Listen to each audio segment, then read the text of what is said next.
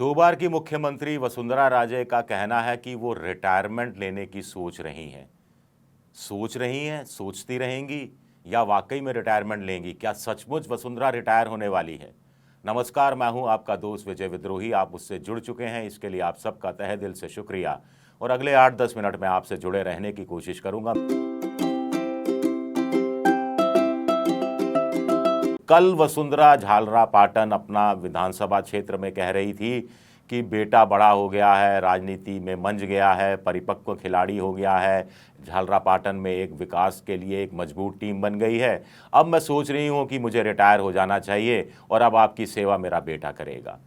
सोच रही हूँ या फिर वो रिटायर सचमुच हो जाएंगी और अगले ही दिन वो शक्ति प्रदर्शन करती हैं। नामांकन पत्र दाखिल करने के सिलसिले में बहुत बड़ी संख्या में मंदिरों में भी दर्शन करने जाती हैं। बड़ी संख्या में लोग आते हैं, गुलाब के फूल हैं, मालाएं हैं और वसुंधरा की जय जयकारा लग रहा है। वसुंधरा के चेहरे पर वही परिचित मुस्कान है, वही परिचित तेवर हैं, वही परिचित अनोखा प्रचार करने का अंदाज है जिससे आला कमान डरा हुआ है।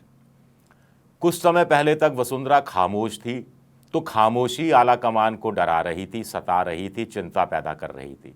उसके बाद बोलना शुरू किया तो आला कमान की हिचकियां बंद गई। अब शक्ति प्रदर्शन नामांकन के बहाने जिस ढंग से उन्होंने कर दिखाया है तो आला कमान सोच में पड़ गया है कि इस वसुंधरा का क्या करें। तो वसुंधरा ने वही दांव खेला जो शिवराज सिंह चौहान ने मध्य प्रदेश में खेला था कि मामा बहुत याद आएगा, मामा चुनाव लड़े या ना लड़े, मामा कैसा मुख्यमंत्री था। वही दांव वसुंधरा ने खेला जो कर्नाटक में येदियुरप्पा ने खेला था कि मेरा आखिरी चुनाव है, मैंने पार्टी को सींचा है। और वही दांव चुपके चुपके वसुंधरा खेल रही हैं ना। आला कमान उनका कुछ नहीं बिगाड़ सकता। वो बगावत पर नहीं उतरी है, आला कमान के खिलाफ अनुशासनहीनता का एक शब्द नहीं बोला है।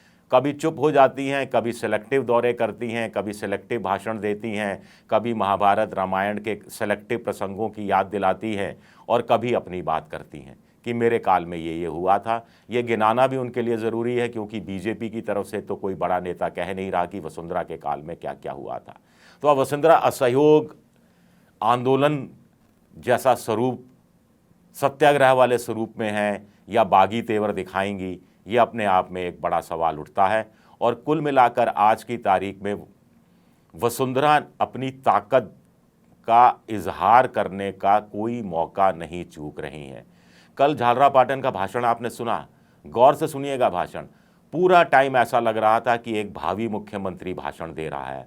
पूरा टाइम ऐसा लग रहा था कि राजस्थान का एक भावी मुख्यमंत्री एजेंडा पेश कर रहा है। पूरा टाइम लग रहा था कि एक राजस्थान का भावी मुख्यमंत्री चुनाव में जीतने के बाद, शपथ ग्रहण करने के बाद किन किन कामों को, किन किन परियोजनाओं को, किन किन योजनाओं को प्राथमिकता के आधार पर लेगा और क्या क्या काम करेगा, वो संवाद कर रहा है। हम शब्द का इस्तेमाल किया, मैं एक बार नहीं बोला। बड़ी चालाकी से वसुंधरा ने हम मतलब मैं भी हूँ, हम मतलब मैं और आला कमान भी हैं, हम मतलब मैं और मेरी जनता भी हैं, हम मतलब मैं और मेरे समर्थक विधायक भी हैं, हम मतलब मैं और मेरा वोटर भी है। लेकिन हम हैं, मैं नहीं हूं। कि हम अगर सत्ता में आए तो परीक्षा लीक के मामले में कड़ी कार्रवाई करेंगे।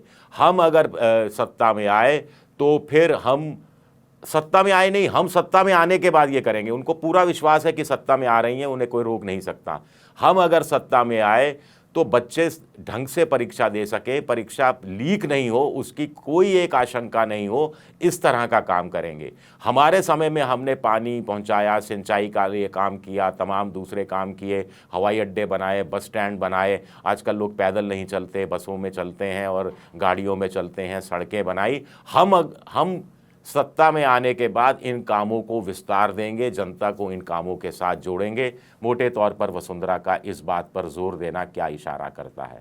क्या यही इशारा नहीं करता कि वसुंधरा खुद को मुख्यमंत्री के रूप में अपनी दावेदारी मजबूती से पेश कर रही है और आला कमान को एक तरह से ठेंगा दिखा रही हैं, आप भले ही मेरी उपेक्षा करें, भले ही मुझे हाशिए पर डालें, भले ही मेरी योजनाओं का गुणगान नहीं करें, चलिए गुणगान नहीं करते कोई बात नहीं, भले ही मेरी योजनाओं का जिक्र नहीं करें, लेकिन मैं खुद जनता के बीच जाऊंगी। जनता समझ रही है, जनता याद कर रही है, जनता को लग रहा है कि वसुंधरा यानी जाना पहचाना नाम है जिसने सबके लिए काम किए हैं। और ऐसे में यही जनता तीसरी बार उन्हें मुख्यमंत्री बनाएगी। एक उनके पास देखिए बड़ी चालाकी से, बड़ी चतुराई से काम किया है, खामोश रही वो।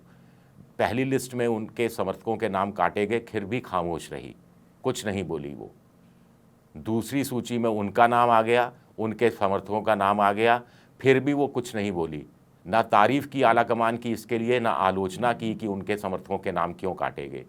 तीसरी सूची में कुछ और समर्थकों के नाम आ गए, उसके बाद उन्होंने अपने थोड़े से तेवर दिखाने शुरू किए हैं, क्योंकि उन्हें पता है 200 में से 182 नाम घोषित हो चुके हैं। 18 में से उनके मुश्किल से 5-6 समर्थक और रहे हैं और कम से कम 50-60 समर्थकों को टिकट मिल गया है। अगर वसुंधरा का स्ट्राइक रेट 70% रहता है, इन 50-60 में से 35-40 चुनाव जीतने में कामयाब होते हैं, तो वसुंधरा को फिर नकारा नहीं जा सकेगा।